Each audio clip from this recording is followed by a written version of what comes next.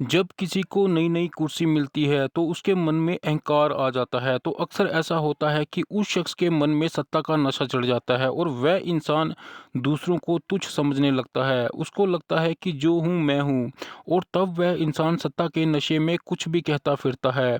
उसको ये एहसास नहीं होता कि क्या सही है क्या गलत है।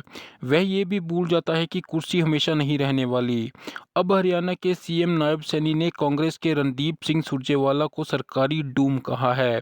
एक सीएम के पद पर बैठे व्यक्ति को किसी के लिए भी ऐसे शब्दों का प्रयोग नहीं करना चाहिए। एससी एसटी एक्ट के अंतर्गत आप इन शब्दों का प्रयोग किसी को गाली देने के लिए नहीं कर सकते। बंगी, चमार, डूम जैसे शब्दों का प्रयोग किसी को गाली देने के लिए नहीं किया जा सकता। दरअसल रणदीप सिंह सुरजेवाला ने नायब सैनी से पूछा था कि 3100 की दान क्यों नहीं बिक रही। बीजेपी मोदी सरकार ने हरियाणा में चुनाव से पहले ये वादा किया था कि 4 तारीख के बाद आपकी दान 3100 रुपये की बिकना शुरू हो जाएगी। मगर 4 अक्टूबर की जगह 4 नवंबर आ गया, अभी तक दान 3100 रुपये की नहीं बिक रही। रणदीप सिंह सुरजेवाला लगातार इस मुद्दे को उठा रहे थे। जब नायब सैनी को रणदीप सिंह सुरजेवाला के सवालों के जवाब देने चाहिए थे, नायब सैनी सुरजेवाला के लिए सरकारी डूम जैसे शब्दों का प्रयोग कर रहे। देखें वीडियो। एक इनका बहुत बड़ा थिंक टैंक का सुरजेवाला साहब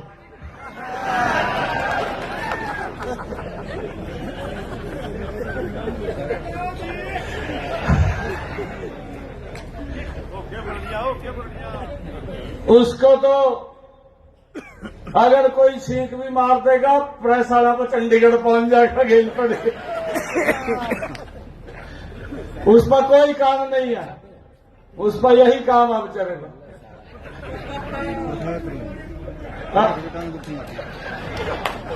सरकारी डूमा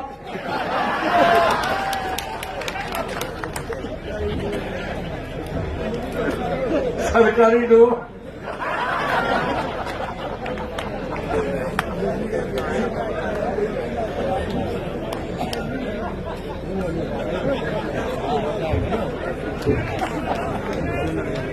अली आप भी कह लो स्पीकर में जो कुछ सुना। अगर 3100 में दान बेचना जुमला था तो नायब सैनी को बता देना चाहिए, मगर ऐसे किसी को डूम कहकर संबोधित नहीं करना चाहिए। ये सारी डूम बिरादरी का भी अपमान है। जब नायब सैनी ने रणदीप सिंह सुरजेवाला को डूम कहा, तब जो लोगों की भीड़ वहां बैठी हुई थी वह भी ठहाके लगा रही थी। अब रणदीप सिंह सुरजेवाला ने इस पर अपना जवाब दिया है।